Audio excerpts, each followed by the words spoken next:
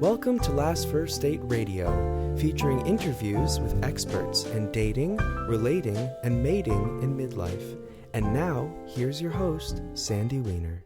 This is episode number 378, Step-by-Step Guide to Finding Love That Lasts. Hey everybody, this is Sandy Weiner, and welcome to Last First Date Radio, where we believe it's never too late for love, and that a woman of value naturally attracts the respect and rewards she deserves in life and in love.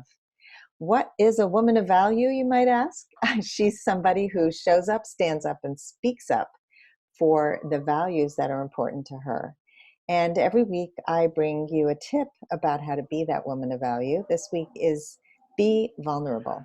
This is one of the things I find people struggle with the most. You know, it's very easy to stay in your head and be intellectual, but being vulnerable is not easy. And so my challenge for you today is to really drop into your body, drop into your feelings, ask those questions that you're keeping in your head and not speaking up about, because 9 out of 10 times it's better than you think it's going to be. And you're going to create more intimacy by showing up more and being more vulnerable. And now I'm going to introduce my guest today. After being friend-zoned by his best friend, George Araman was able to discover his life's purpose, which is to show singles and people who have been friend-zoned and couples how to create sparks and how to be and grow in a magical relationship. He's dedicated himself to researching, experimenting, and writing about relationships, and we're here today to talk about his new book, The Gray Dance of Love, a step-by-step guide to finding love that lasts. Welcome to the show, George. Thank you for your wonderful introduction, Sandy. I'm glad to be with you. Thank you. And George is all the way in Lebanon, and so we love having guests from all over the world. It's really exciting. Last week it was Australia. This week it's Lebanon. So the magic of technology, right? Yeah, it's beautiful. Yeah. So George, I'd love for you to tell us a little bit more about what inspired you to write The Gray Dance of Love and do the work that you do. With pleasure. So actually, it all happened around 3 years ago when I was friend-zoned by my ex-best friend, and I really wanted to find the solution. So for the first 2-3 weeks, I was mourning and I was playing the victim, and I actually thought, like, why does it always happen to me? Why does it happen all over every time I attract the wrong person? But then I paused and I said, you know what, George? You've been into the personal development world for quite some time. You've learned all about the techniques. You've learned all about doing it yourself. You've learned all about it. So maybe this is an opportunity for you to go and really find a solution instead of playing the victim. So I went and I read more than 200 books. I read more than 1,200 plus articles. I did an in-depth experiment to prove that my theories were right, and I put them all inside the book. And here we are 3 years later. So I love that you took responsibility. That's the big shift, because so many people, even with knowledge, we can still get lost. You know, the hardest person for us to see is ourselves. Very true. And we're the common denominator in all the relationships that don't work, right?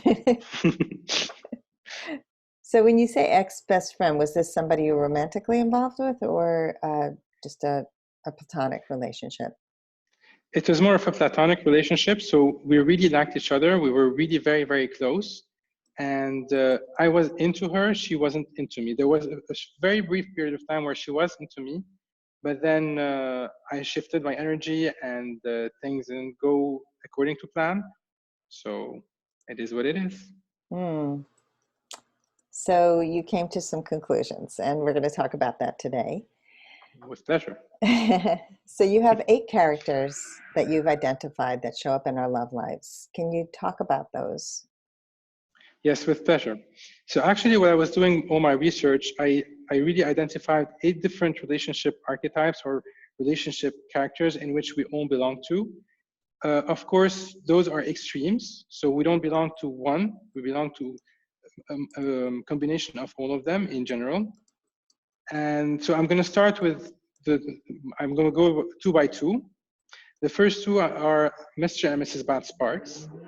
So Mr. and Mrs. Bad Sparks are all about attraction. They're all about passion. they're all about the intensity. They're really good actually when it comes to short-term relationships. But when it comes to long-term relationships, they are really not that good. And so to give you a more detailed example that's very familiar to us is an example of Mr. and Mrs. Bad Sparks are the bad boys and the bad girls, or the cheerleader and the captain of the rugby team. So those are really extreme examples, but those are the archetypes that we fall into whenever we're into the, wanting to have deep, intense, relationships. So this is chemistry, like lust. Yes, it's pure lust, mainly. Yeah, mainly. Which makes you blind to red flags and all this stuff. Yes, this is where love at first sight happens. This is where actually, this is actually why we always say it's very, very important. And not everyone knows it, but it's important to actually wait for at least 2 to 3 years before actually getting really engaged or married or very, very serious. Because there are hormones at play that actually blind us for between 6 months to 3 years. And after that period of time, in general, depending on persons, they actually fade away. And so once they do, this is where we actually really start to see our partner for who they really are, and actually the masks start to drop, and we don't only see the things from a rose-colored glasses, but we also see them for who they really are. Yeah. And so those are the first 2 archetypes. Then the next 2 archetypes are actually Mr. and Mrs. Nice Mirror. So actually, Mr. and Mrs. Nice Mirror used to be Mr. and Mrs. Bad Sparks. And yet, as time went by and as culture and society started to interfere, things shifted. Once women started to go to work, again, things started to shift. So while at first, I'm generalizing and saying men and women, but it does apply in different ways. So in this case, what happened is that Mrs. Bad Sparks became Mrs. Nice Mirror. So she was first very feminine, then she became more masculine. And it's the same with men. They used to be masculine, and they became more feminine. And this is all very normal, and it's all okay. But what happened is that we didn't understand as a society how to actually adapt to change, how to actually include change. Because while, for example, women went to work and needed to be masculine at work, when they wanted to go home, they actually wanted to relax and be more feminine and really be seen and embraced for who they really were and are.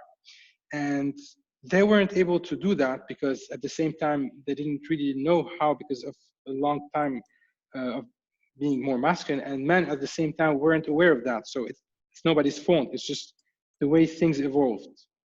And so Mrs. Nice Mirror is actually more masculine, and Mr. Nice Mirror is actually more feminine. And so what happened is they're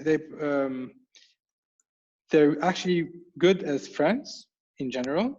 So there are different categories, but mainly they're really good in friendship, but they're really bad when it comes to passion. They don't know how to be passionate. They don't know how to rekindle their sparks. And this affects the relationship, in short.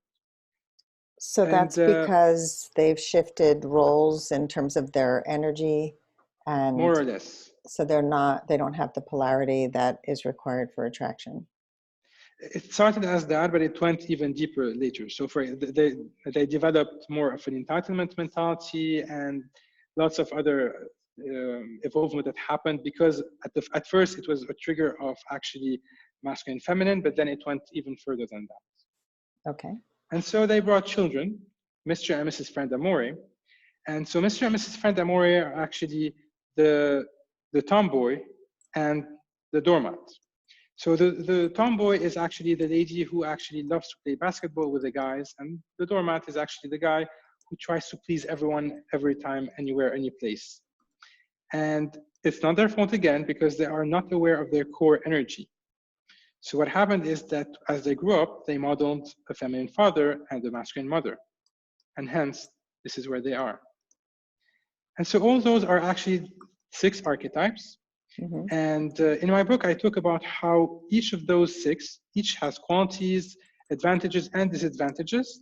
And at the same time, how they can go from those characters, or from where they are, to actually be the ultimate relationship partners, the ultimate relationship characters, which are Mr. and Mrs. Grey Dance. And Mr. and Mrs. Grey Dance are actually the balanced couple. And they're really good when it comes to creating passion, when it comes to being friends, being vulnerable. You mentioned before the show that this week is all about vulnerability. It's a lovely topic, and I really love it. So Mr. and Mrs. Grey Dance are really good at being vulnerable. So in short, those are the 8 characters. Yeah. So why Grey Dance? What does that refer to? So actually, when I was when we were talking with my ex-best friend and I a couple of years ago, we always had this kind of dilemma or this kind of discussion that okay, men are very extreme, women are more balanced, or like men are black, women are white, and all this kind of dilemma. And when I was doing my research, I was like, actually, no, that's not true. We are actually both men and women. We are both black and white. We are both rational and emotional. And so I started thinking, and I realized that actually by adding black and white, we have the color gray, and hence the Grey Dance, because it's all about dancing between two different sides, two sides to embody them, to actually bring them together and really become whole from within. I like that. It's interesting as a dating coach, what I see when people succeed in relationship is that it isn't black and white, and it's also not what they expected. And so, for example, I have a client who has a master's degree, and she always thought she needed somebody with a PhD. And I have been saying for years, that is not the most important thing, that you have to look at the character and the connection and how do you feel when you're with that person. And intelligence is not just about a degree, it's about who that person becomes, because there's a lot of PhDs who are not very smart, and there's a lot of people who never went to college who are brilliant. And she just found out that he never went to college. I think he started, he got involved in some amazing projects. This is a person with a mission and a purpose, and he's doing incredibly meaningful work in the world. And they connect on so many levels. And she said, I would never have looked at him if I saw that before I met him, before I fell for him. So it's just such an important thing to look at the whole person.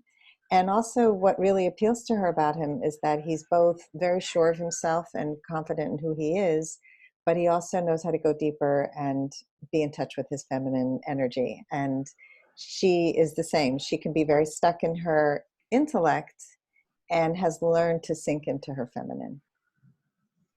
That's beautiful and very true. It actually reminded me of actually a concept, if you don't mind. Yeah. It's all about like having a fixed mindset versus having a growth mindset. I think this is what you were referring to. Yes. So while we have a fixed mindset, we tend to see, we want this partner to have this full list of criteria. So they're going to be like this, like this, like this, like that. And they should have all this all set in stone. But when we start to have a growth mindset and really embrace things the way they are, things really change. So true. And if anybody wants to read more about that, Carol Dweck wrote the book, Mindset. Book. It is a beautiful, beautiful book. And I think we often go through life thinking this is the way it is, you know, and I have another client who is dating somebody who is very opposite of her politically, and so we talk about how does that affect you? And do you ever ask him, like, what is it about his political beliefs that means something to him? Like, you've got to go deeper to find out the why. And she said, oh, it's just about business.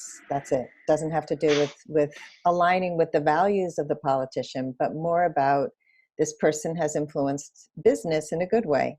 Okay, she can align with that. She can't align with the other stuff, but that doesn't necessarily come into play. And so just to immediately negate a whole group of people based on a belief that you have is going to limit people. And often you'll meet the most amazing people and not even realize that they could be a good match. Very true. Yeah, that growth mindset is so important. So we talked about the 8 archetypes. Now let's talk about the 3 stages of relationship. that you have identified. Can you tell us about that? Sure. So I identified three actually stages of relationships, and we all dance between the three stages. Now, some of us tend to sometimes get stuck in stages 1 and stages 2.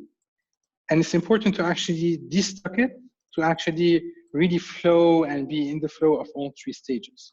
So the first stage is, and the second stage are mainly about conditional love. They're mainly about ego love.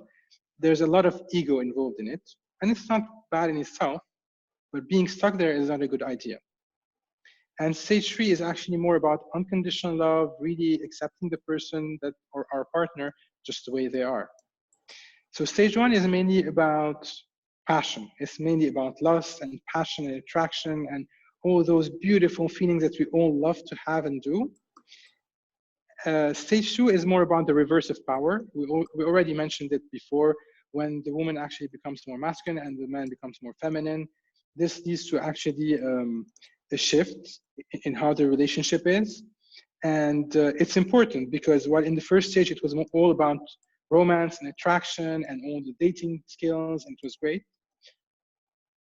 The second stage was mainly more about friendship. It's more about learning how to be friends, how to trust each other, how to become more vulnerable, how to actually really be a long-term partner. But one or the other of the stages are not enough and they're not good by themselves. It's important not to get stuck because we need both, hence being in stage 3, which is all about embracing both the passion and the friendship. I think a lot of people bail at stage 2. Mm-hmm. And this is what I hear a lot from my clients is, I'm not feeling it so much anymore. And, and it's, I actually interviewed a woman a while ago, Linda Carroll, who wrote a book called The Love Cycles. Did you ever read that one in your research? Not yet. No, okay.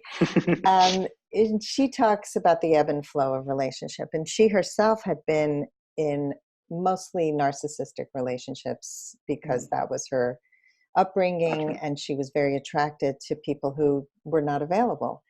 And so as a social worker, and now she's a coach, she did the work internally to change her attraction. And she's been with her husband, her second or third husband, for a very long time now. And is, her posts show so much love and affection for this man. But if you're just looking to always have butterflies and what Hollywood paints as relationship rather than real life, you're in trouble, right? Very true. And too much friendship is, also not attraction enough. So it leads to the friend zone. Yes. So it's interesting. Is I definitely have met many men who I felt no attraction towards. Usually, if I don't feel attraction, I also don't feel that I want to be their friend. That it doesn't. I don't usually meet men that I want to continue a friendship with when I don't feel more. I have a lot of good friends, and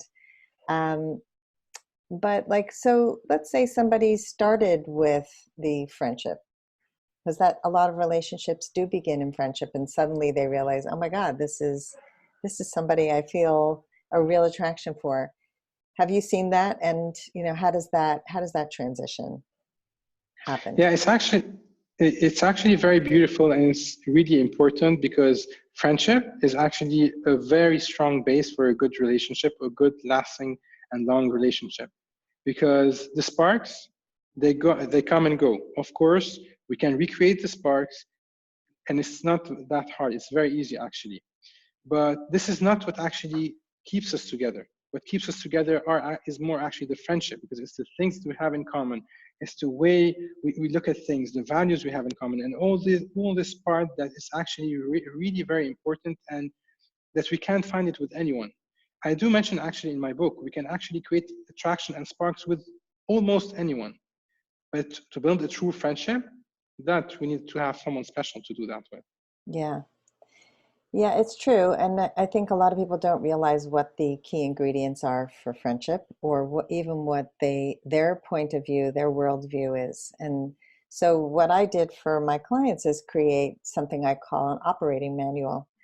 And they fill that out at the beginning of our work together because it outlines the three key areas of attraction: the physical, the sexual, the worldview.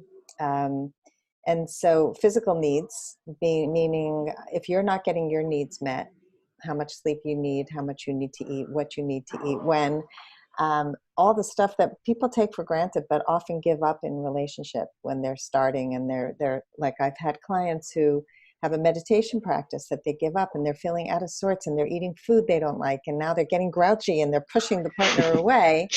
And so it's really important to take a look at, like, what do I need to thrive, like the basics, and also, like, what is my worldview? And I got that completely wrong when I got married.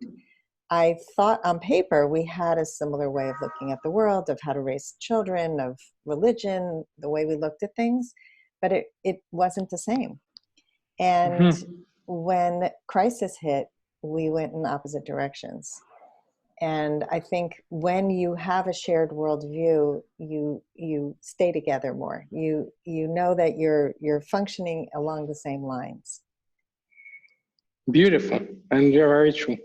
Yeah, it's important. It's important not to negate that stuff. But when you're starting out, you're just kind of dating in the dark, most of the time. You're like, I don't know what I'm doing. So let's talk about some other mistakes that people make when they start a relationship. What are some of the mistakes you've seen? So I will go back to actually one thing that's very important. It's important to actually have two different types of skills: the dating skills and the relationship skills. And we tend to either have one or the other. So the bad boys and the bad girls, usually they have great dating skills, but they have none or almost none of the relationship skills, and vice versa. The nice guy and the nice girl, they tend to have good relationship skills, but they don't have good dating skills. And what we don't know really is that, or what we tend to forget, is that you actually need both for a long-term relationship. One without the other doesn't work. This is very important. The second point is, as we were mentioning, fixed mindset versus growth mindset. It's very, very important not to get into a relationship from a fixed mindset point of view. It's important to have a more growth mindset point of view. Because by having a fixed, to give you an example, let's say a man who has a fixed mindset looks at a relationship in the sense that, oh, I'm getting married, so that's it. My life is over. I'm going to get into a box. I'm going to be like, that's it. It's the end of my celibacy. Oh my God, what am I going to do? I'm panicking. This is actually more of a fixed mindset person. One of the reasons why this happens is actually because they tend to think that they actually used to enjoy having sex with multiple partners, and that is going to stop. So what they don't know is that by actually this is something that I actually did research on, and it's very, very important and I find it very enlightening, is that we don't need to have a lot of partners. By actually, instead of going wide, by going deep with one partner, very deep, we can actually have a lot more orgasms and much better orgasms than going with multiple partners. This is very important. This is why this is just one example of why growth mindsets are it's much better to approach a relationship from a growth mindset perspective rather than a fixed mindset perspective. Yeah. And entitlement mentality. I have to add, entitlement mentality is really, really, really important. We tend to have an entitlement mentality and tend to really expect our partner to know our feelings, to know what we're thinking, and it's not good to do that. Yeah, those are great mistakes that people make, and I often ask people, will that person that person might be a great date, but will they be a great partner? And so both having the relationship and dating skills, but also recognizing that a person who knows how to wine and dine you doesn't necessarily know how to show up for you. The person I was speaking about before, who met this guy without a college education, he drove 4 hours to be with her when she was in crisis. He's showing up. That's amazing. Right. Yeah. So he's showing her over and over again that he's a person who has good values, who is, aligned with her values and will show up. It's easy to promise big things, but to show up and actually follow through is not so common. Yeah. So we have to have both. And most people don't have relationship skills. They may know how to hook somebody, manipulate somebody, wine and dine somebody, and that's like influence and sometimes manipulation. And there are a lot of relationship books out there that steer people in that direction. It makes me crazy. Thank you. I thought I was the only one. No, oh my God. Suppress who you are till you get the person, and then you can release who you are. And it's like, no, and I think we get so trapped in these rules that we can't think for ourselves. We don't know how to pick a partner that would work for us. We forget how to trust ourselves, how to learn to trust ourselves, because often we have been made wrong our whole lives, so we don't even know what's right and what's wrong. Okay, so George, what kind of skills do you think people need to have the romantic relationships they want to succeed? And we've talked about it a little bit, but can you elaborate a little bit more on that? Sure. So I'm going to start with dating skills. It's important to actually, for example, eye contact is very important and it's very crucial. Whenever we go on a date, whenever we have special moments together, it's important to always keep eye contact. There was actually a study by Dr. Arthur Araman about the 36-37 questions. And at the end of the questionnaire, he does say that to do a 5-minute eye contact, whether with strangers or friends, and this actually helps increase, if we have feelings, it increases the feelings, and it's actually really important to actually connect. So this is a very important tip or skill when it comes to dating. When it comes to actually relationship skills, I would say, just like you mentioned, to actually be present. So being present and holding space, actually, I'm going to talk about that. So there tends to be a situation, we men in general, again, I'm generalizing, I'm talking about, or let's say masculine people, they tend to want to give the solution to a problem directly.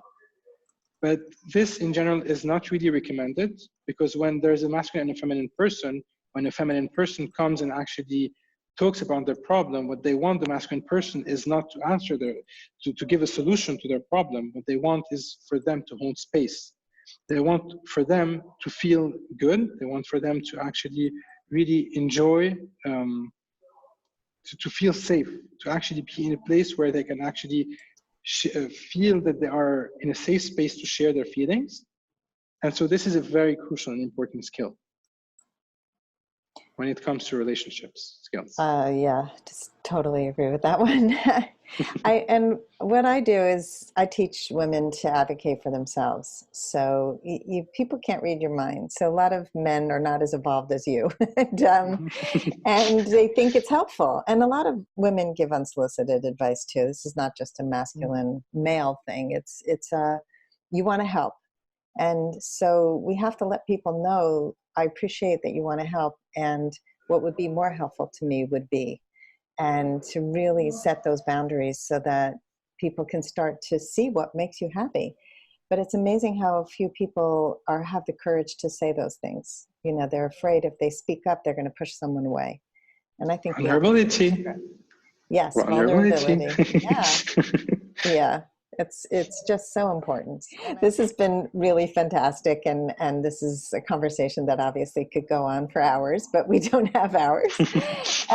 So I always like to know your final words of wisdom to help our audience go on their last first date. I would say love yourself. As corny and cheesy as it is, it's very, very, very important to actually love ourselves, in the sense that to embrace both our sides, our masculine and feminine side, from within. So one of the reasons why, for example, we tend to date bad boys or bad girls is, let's say, for example, I'm a bad boy and I want to date a bad girl. This is because I have extreme masculine traits or masculine energies, and from the outside, and what I'm looking for in my partner is actually an extreme feminine energy that I believe I don't have in the inside. So it's actually really about joining both the masculine and feminine energies from the inside to actually be whole and complete from within, to then actually then be able to go and be in a relationship. And to actually heal all our wounds, our past patterns. This is very important, or else we're going to keep on attracting the wrong type of partner. Yeah, and this is what leads to high divorce rate and all the other failed relationships, because we keep dating the same person with a different face and marrying them and then going, what's wrong with them? Yeah. Yeah, well, this is very good advice. I think we all have work to do. It's an ongoing thing, and it's a lifetime. It's a journey. Exactly. Yeah. And it's an exciting journey. I mean, I think when people start this journey, they often feel overwhelmed and what's wrong with me and why do I have to do all the work? But the truth is, when you do it, you create so much joy and love and ease in your life, and you naturally attract in the right people. And in the end, you're doing it for yourself. Yes. Yourself and yourself alone. So it's beautiful. Yeah. Well, I can see the joy in your face. And so I can see that you've done the work and you're in a much better place than you were when you were friend-zoned years ago. So George, thank you so much. And tell us where our audience can find you and find your book. It's www.greatdanceoflovebook.com. It's actually a page where you can go and buy the book on Amazon. And once you do that, you're going to see that there are 8 bonuses that have been provided from influential friends of mine. That there are really beautiful bonuses. That you have meditations from Robert Clancy. You have Peggy McCall as well, Marcy Shimoff. So I really recommend that you actually take a look at those 8 bonuses that are worth more than $700 actually. And I would like also to say that for every book that is bought, there would be $1 from the profits of the book that will be given to the Unstoppable Foundation to help raise children all around the world. Because I really believe in spreading love, and this starts from raising healthy children. So I love that. That's a beautiful way to give back. And I thank you for giving back in many ways, for helping people find lasting love, both within and without, and to raise children from the beginning so they don't end up with all these wounds that we have. Exactly. That we can avoid and prevent. Prevention is always the best medicine. Yeah. Thank you so much, George. Thank you. Thank you so much, Sandy. It was a pleasure.